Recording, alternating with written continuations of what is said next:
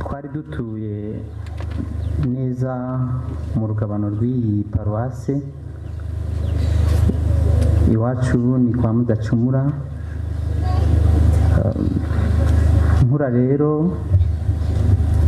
nakuze mbona inaha hari akarengane kenshi gatandukanye, mbona akenshi mu ijoro iwacu bakunda gutera amabuye, kandi ubwo ni ku ngo zitandukanye z'abatutsi zari zituye muri aka gace. Icyo rero iyo bateraga amabuye kuko dutuye hafi y'umuhanda,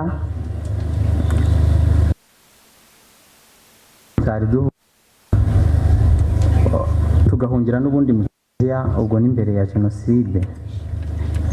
Iyo twahungaga ko hari n'abandi byabagaho, hari imiryango imwe y'abaturanyi niyo kumenya cyane, nk'umuryango wo kwa Ngarate twahanaga wari utuye hakurya y'iwacu. Abo basaga mu Kiliziya tukarara mu byumba byari bihariya, bwajya gucya mu gitondo kongera gutaha. Cyari igihe menya ubwenge, cyari igihe cy'amashyaka hamwe zambaye ibitenge, birirwa bavuza utururu, ari nk'abantu bafite gahunda bashaka kuzakora, ariko ari ubugome bwinshi. Kenshi iwacu gusaka bahagarikiwe n'abapolisi, abajandarume b'icyo gihe, bajyaga bavuga ngo dufite imbunda, bakaza bakazenguruka urugo bakareba, bakadusohora. Ibyo byabaye kenshi.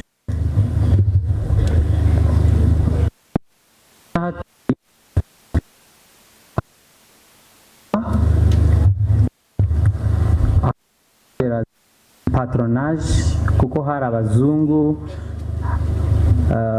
bakoreshaga,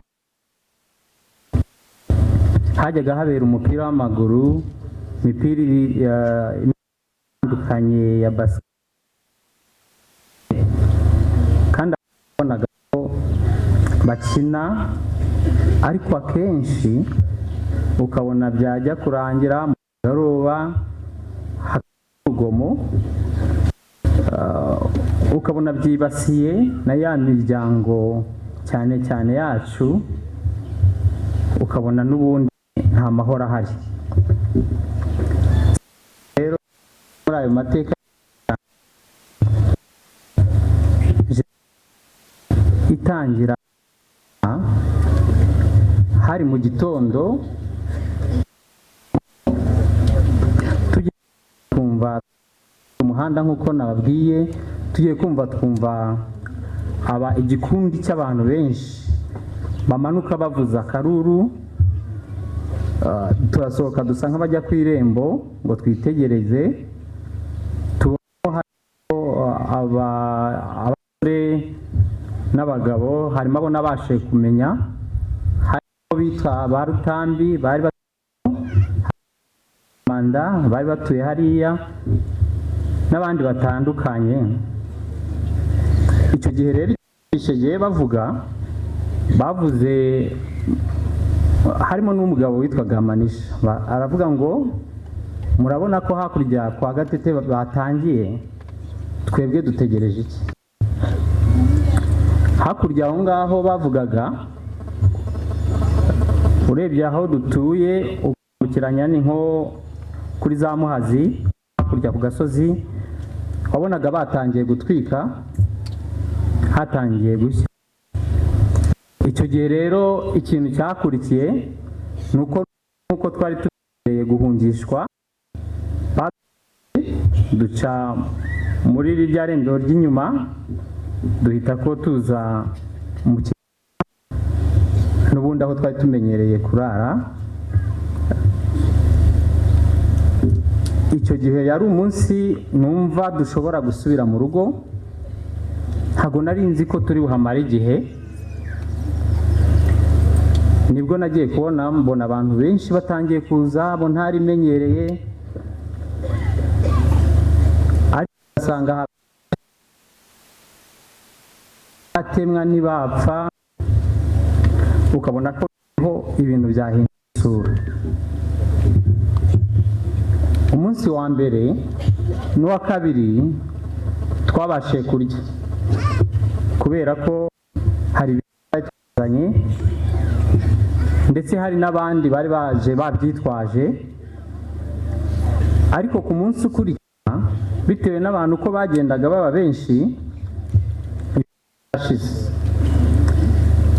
hari kantine hari imbere bacuruzaga imigati.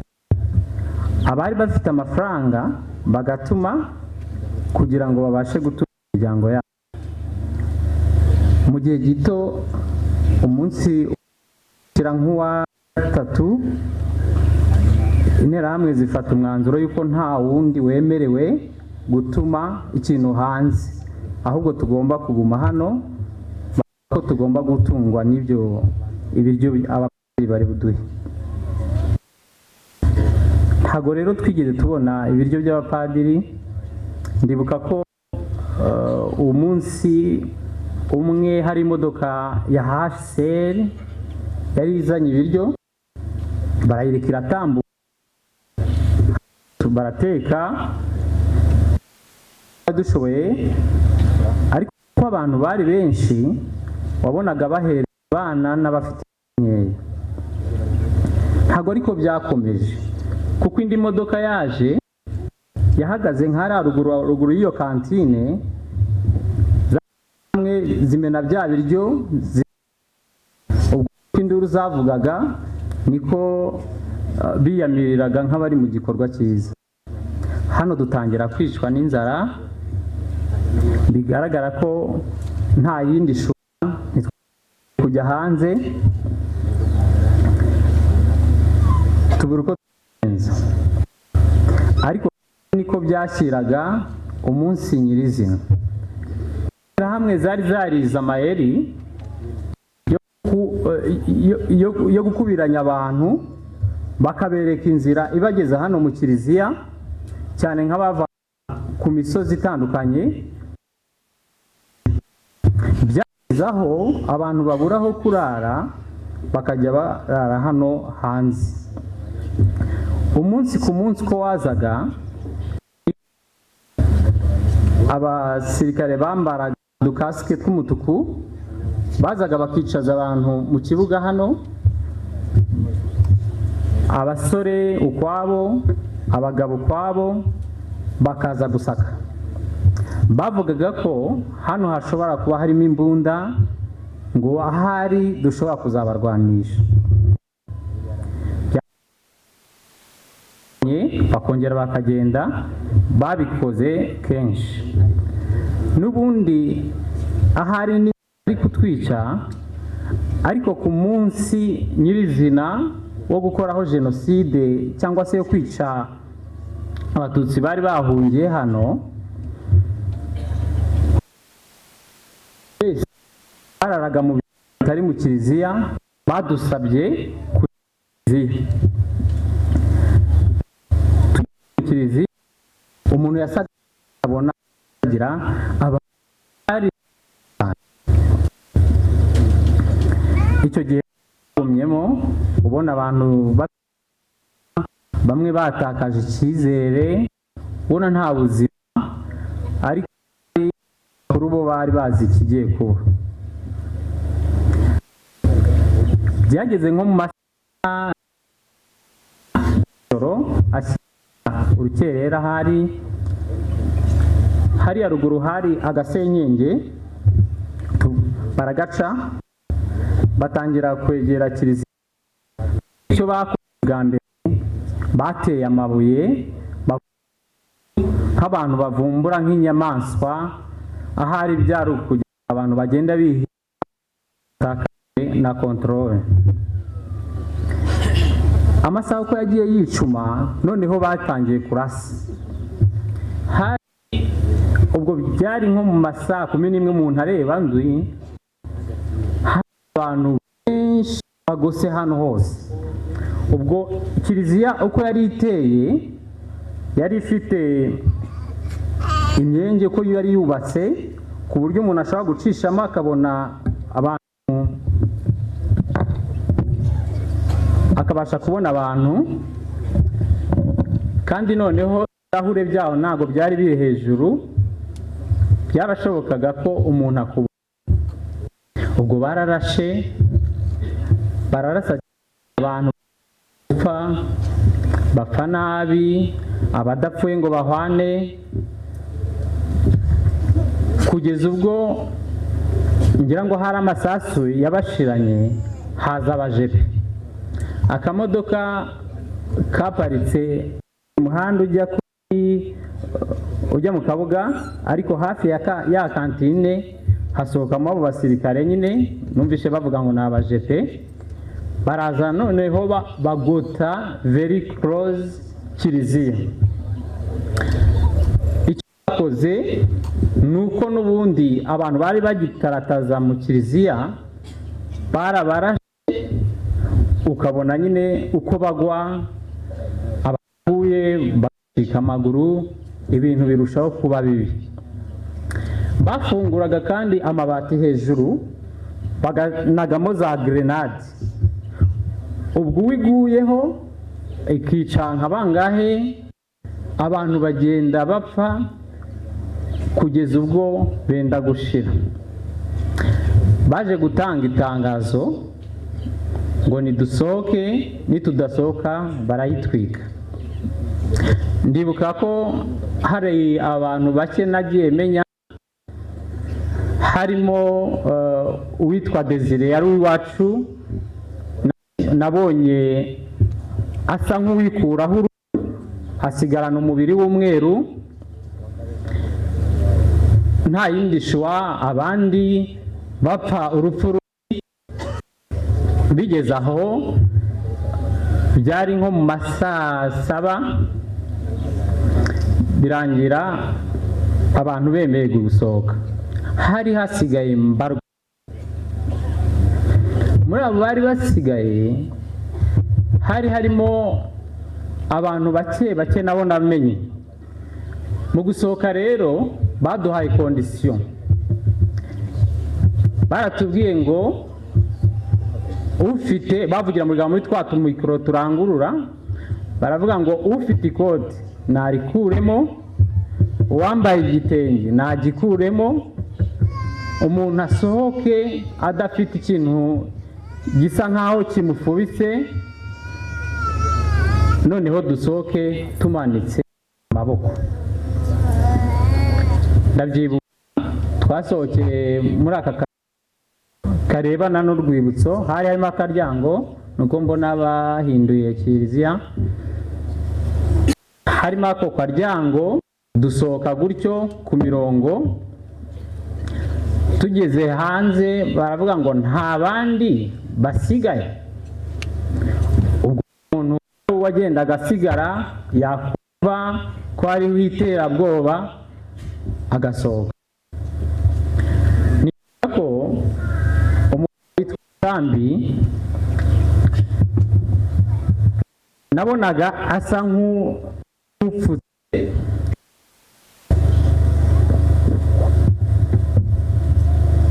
urutoki, yari afite icumu rinini. Hari umuhungu wandejeje witwaga Rugamba.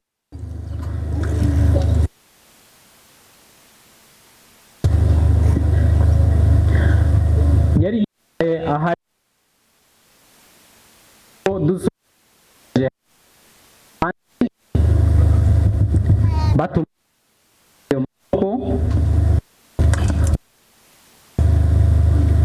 harimo n'abandi bantu benshi kuko twari twasohokanye n'abantu batandukanye, harimo abacumbagirira ku bandi, harimo umwana wo kwa Rwema nabonaga basaga nk'abamuciye aka karenge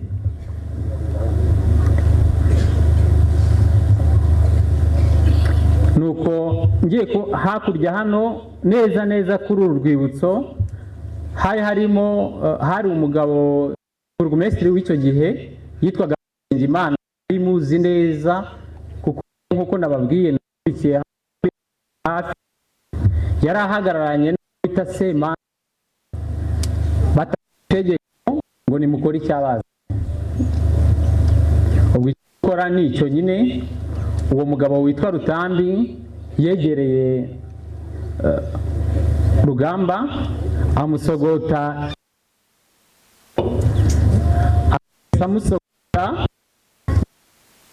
icaga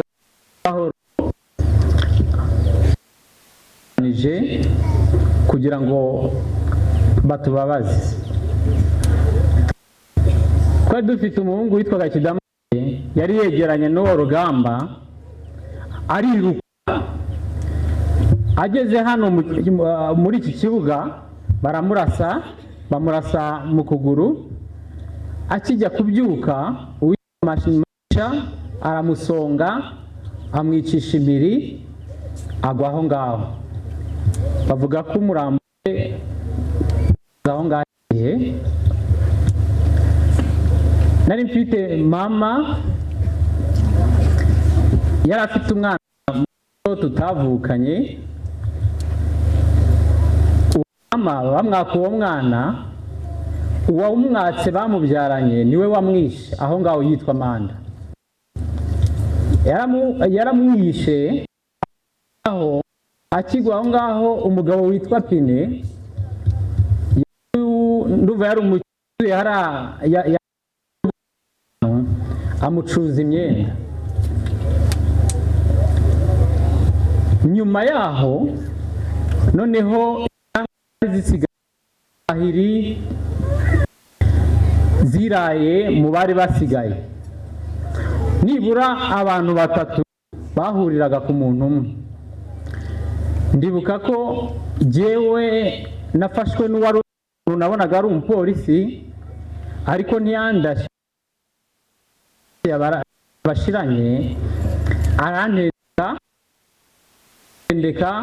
ubita imigeri, noneho undi ankubita ku josi, ubwo ngubwo.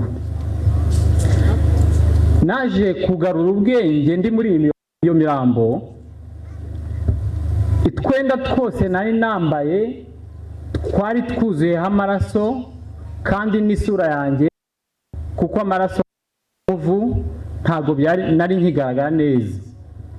Nza kunyufuka, ariko mu mutwe nibwira ko hari ikigo kwa Herimani, kandi nari nzi inzira bacamo, ariko ntahazi neza. Numva ko nshobora kujyayo kuko cyari ikigo cy'abaskuti, nkabayo. Ntago mu by'ukuri nari nzi ko ku myaka yanjye wenda ibyabaye hano byabaye n'ahandi. Mu kuza kujya rurerure, kuko narahahushije ngenda ndaraguza, nisanga ahantu hitwa za Bwana. Aho Bwana hari intoki, izo ntoki nizo zantunze, ariko nza kugira ikibazo cyo gutangira kurwara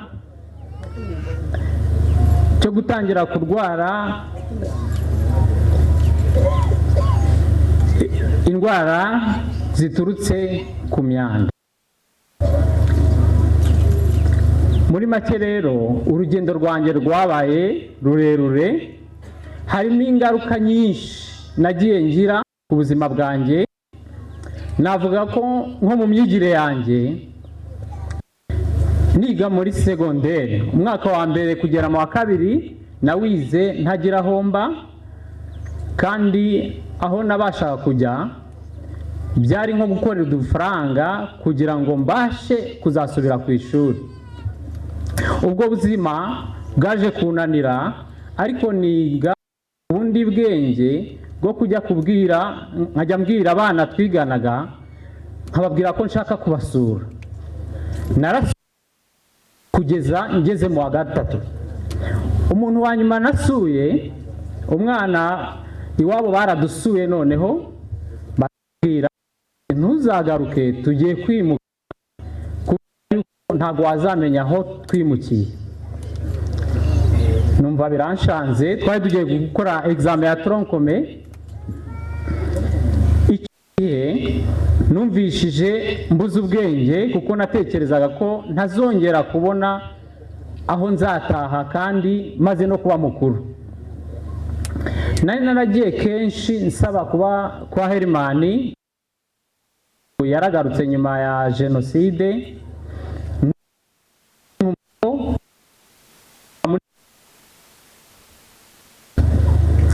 Umwanya nk'uyu rero nashaka kuwufata ngo nshimire Inkotanyi byabasabye garike jenoside yakorewe Abatutsi. Leta y'ubumwe bw'Abanyarwanda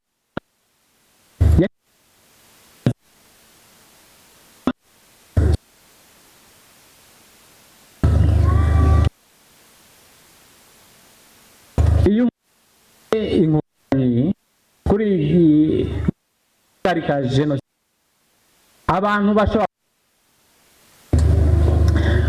ariko iyo ibi bidahagarikwa n'ubundi n'abandi bari gusubiranamo bakagenda baricana, igihugu ntabwo ntekereza ahantu kiba kiri.